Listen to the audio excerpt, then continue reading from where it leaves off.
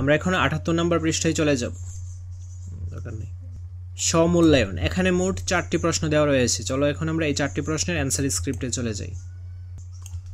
প্রথম প্রশ্ন, ব্যবসায় সফল একজন উদ্যোক্তা হিসেবে তোমার মাঝে কী কী গুণ রয়েছে বলে মনে করো? একজন উদ্যোক্তা হিসেবে আমার যেসব গুণ রয়েছে: আত্মবিশ্বাস, সাংগঠনিক ক্ষমতা, সৃজনশীলতা, ঝুঁকি গ্রহণের ক্ষমতা, স্বাধীনচেতা মনোভাব, সাহস, উদ্ভাবনী শক্তি, চ্যালেঞ্জ গ্রহণ করার মানসিকতা, দূরদৃষ্টি, নমনীয়তা, কঠোর পরিশ্রম করার ক্ষমতা, ব্যর্থতা থেকে শিক্ষা গ্রহণের মানসিকতা।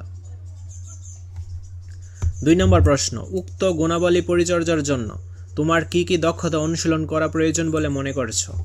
আমার যেসব দক্ষতা অনুশীলন করা প্রয়োজন: সাংগঠনিক দক্ষতা, বিশ্লেষণমূলক দক্ষতা, মানবীয় দক্ষতা, যোগাযোগ দক্ষতা, অনুধাবন দক্ষতা, কারিগরি দক্ষতা এবং ধারণাগত দক্ষতা।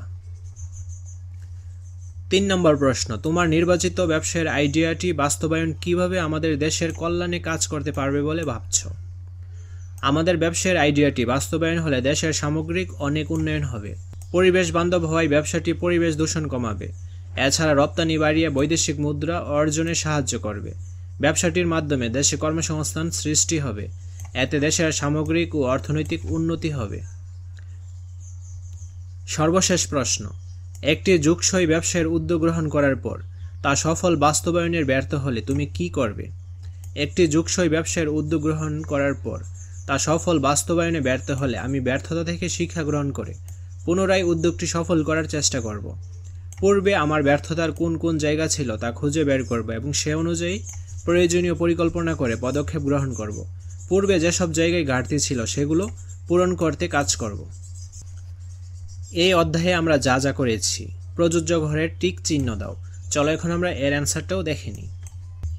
কাজসমূহ: স্থানীয় সম্পদ সম্পর্কে ধারণা অর্জন, ভালোভাবে করেছি, ভালোভাবে করে থাকলে পয়েন্ট পাবা 5। স্থানীয় বাজার সম্পর্কে অনুমান, ভালোভাবে করেছি। তারপর স্থানীয় বাজার পর্যালোচনা, আংশিক করেছি, আংশিক করে থাকলে 3।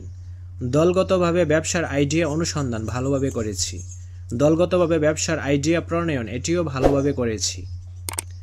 দলগতভাবে ব্যবসার আইডিয়া সেমিনারে উপস্থাপন, এটিও ভালোভাবে করেছি। তো মোট প্রাপ্ত স্কোর হলো 40-এর মধ্যে 38। অভিভাবকের মতামত, পাঠ্য বইয়ের কাজগুলো মনোযোগ সহকারে করার চেষ্টা করেছে। এই অধ্যায়ে নতুন যা শিখেছি, চলো এখন আমরা এর অ্যান্সার স্ক্রিপ্টে চলে যাই।